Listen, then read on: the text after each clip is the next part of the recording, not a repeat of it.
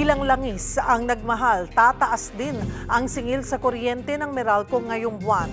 Para sa detalye, live na magbabalita si Gerard de la Peña. Gerard.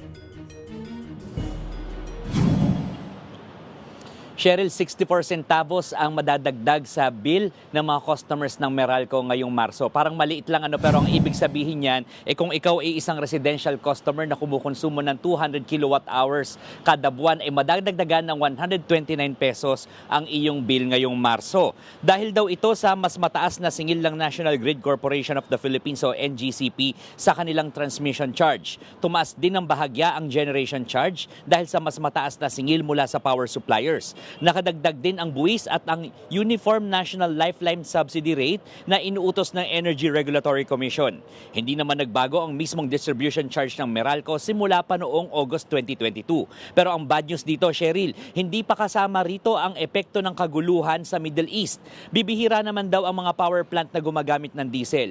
Kaya lang kapag tumataas ang presyo ng langis, tumataas din ang presyo ng coal at liquefied natural gas na ginagamit na panggatong sa mga power plant sa Ilihan Power Plant at sa mga planta ng first gen dito sa Luzon.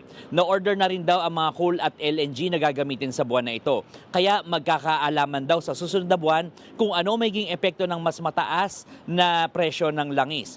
Pwede rin daw lalong makadagdag sa pagtaas ng singil sa kuryente ang paghina ng piso kontra dolyar dahil may mga binabayaran din na dolyar ang Meralco sa ibang power suppliers ito.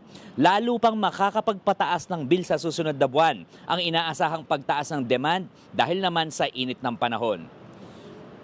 Cheryl, titingnan pa raw ng Meralco kung ano talaga yung magiging epekto nitong pagtaas ng presyo ng langis na dulot nga ng gulo dyan sa Middle East. At poproteksyonahan naman daw ng Meralco yung mga consumers nito laban dun nga sa pagkagulat o yung bill shock na tinatawag dahil nga sa biglaang pagtaas ng presyo ng mga bilihin. Pero alam mo, nananawagan pa rin ang Meralco sa mga customers ito na maging masinop sa paggamit ng kuryente. Cheryl. Maraming salamat, Gerard de la Peña.